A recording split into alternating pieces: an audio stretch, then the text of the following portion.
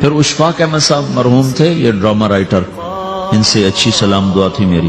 تو ایک دن مجھ سے کہنے لگے کہ میں تبلیغ کے کام سے متاثر ہوا ہوں انگلینڈ جا کر، پاکستان میں نہیں انگلینڈ جا کر. تو میں ایڈمبرا میں پارک میں بیٹھا تھا، میری بیوی میرے ساتھ بیٹھی تھی.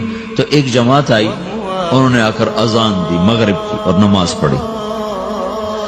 نماز کے بعد نا 13-14 لڑکیاں بھاگ کے آگے آئیں ان سے بات کرنے کے لیے. تو میں نے بیوی سے کہا آؤ سنو یہ کیا کہنے کہتے ہیں. تو کہا ہم دونوں بھی پہنچے.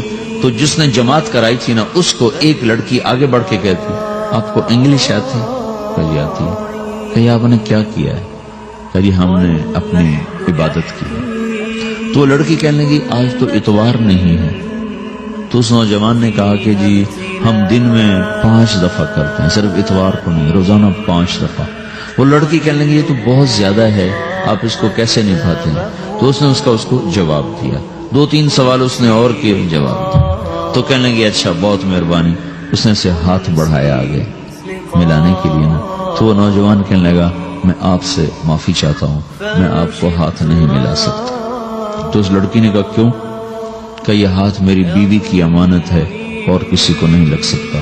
تو لڑکی کھڑی تھی، وہ زمین پہ گر گئی، صرف اس بوجھ وہ زمین پہ گر گئی. کھڑے کھڑے وہ زمین پہ گر گئی اور وہ بچوں کی طرح رونے لگی پھوٹ پھوٹ کے. اور کہنے لگی وہ لڑکی کتنی خوش قسمت ہے جس کے تم خامد ہو، کاش یورپ کے مرد بھی ایسے ہی ہوتے. جس رب نے نفسیات بنائی ہے وہ اگر کوئی عورت کپڑے اتار دے تو اس کی نفسیات بدل جائے گی، چاہے وہ مغرب میں پیدا ہو چاہے وہ مشرق میں پیدا ہو. عورت کی نفسیاتی حیا ہے اور وفا ہے، کسی وفادار کی تلاش ہے. تو وہ اس کو پتہ بھی نہیں ہے کہ مشرق کا حیا کیا ہے، لیکن وہ اس کو اللہ نے عورت بنایا ہے، اس کے اندر کی وہ نہیں مر سکتی چیز.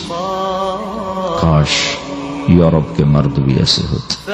اور آنسو پوچھتی ہوئی وہاں سے اٹھ کے چل دی.